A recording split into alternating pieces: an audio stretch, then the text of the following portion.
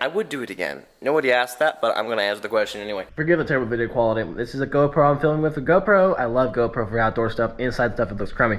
My other camera, lens broke. I haven't gotten the new one yet. Anyway, I want to make a video on this because this is very important stuff. Pegboard, it's a love-hate relationship for most woodworkers, I think, because it's so useful and yet it's not that useful, and it's so pretty sometimes. There's all the tools laid out, nice and organized, and sometimes it's so ugly when it's not organized, and it's just this white melamine MDF. Looks like garbage sometimes. Anyway, we're going to see if paint sticks to this melamine stuff. We're gonna find out, but we got a lot of junk in here. I'm gonna put the whole sheet up on the wall too, so that's gonna be just amazing. I'm gonna be painting this black because I like how dramatic it is when it's black. I think it's gonna be really cool. This is Onyx Black, 15-year warranty for indoor paint, and it is indoors. Kind of. This shop is completely uninsulated. No insulation on the ceiling. Gets a little humid in here and a little bit hot, but it'll be okay. Anyway, not the best paint, but it says washable. It's gotta be great.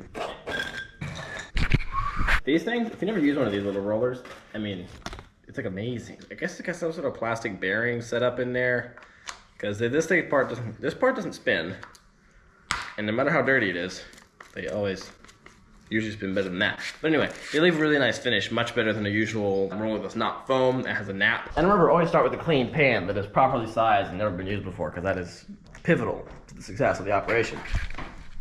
That is some ugly paint. That's been sitting for a while, and it does not look very happy. But that's okay. I don't have a tripod out here that will actually fit my GoPro, so you're just gonna be hanging out on stuff. You're sitting on a DeWalt Vitaprime table saw right now, which is really cool. I need to review that table saw actually. But the reason I'm painting this stuff, instead of buying stuff that's already painted, which some of you, probably two to be exact, are probably wondering why you're just buying painted stuff, or those steel sheets that are really, really nice. It's also really, really expensive, so it's like 50 bucks for a 16-inch section that's like 3 feet long, and that is just not in my budget right now. This is a lot cheaper. And yes, the paint will probably come off of it pretty easily, but if you never touch it, it'll last forever. I actually used the paint literally out of this can to paint a trash can. It is still in great shape after daily use over a year, so it's gotta be pretty good paint. Ooh, look at that. That's probably all I need.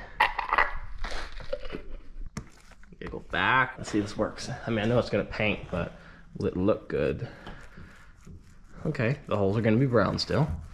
I guess I expected that, actually. I should probably get away from this cabinet. It's gonna need about 1,800 coats approximately. Oh, wow. Ah, look at those lines.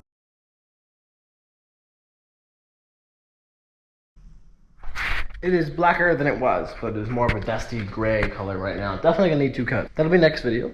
Not the next video. That'll be the next sequence, which will be right now. We're gonna do another coat, and this looks positively worse than it did before, definitely. It is shiny, which I like. If you can scrape it off. Yep, let's scrape it off.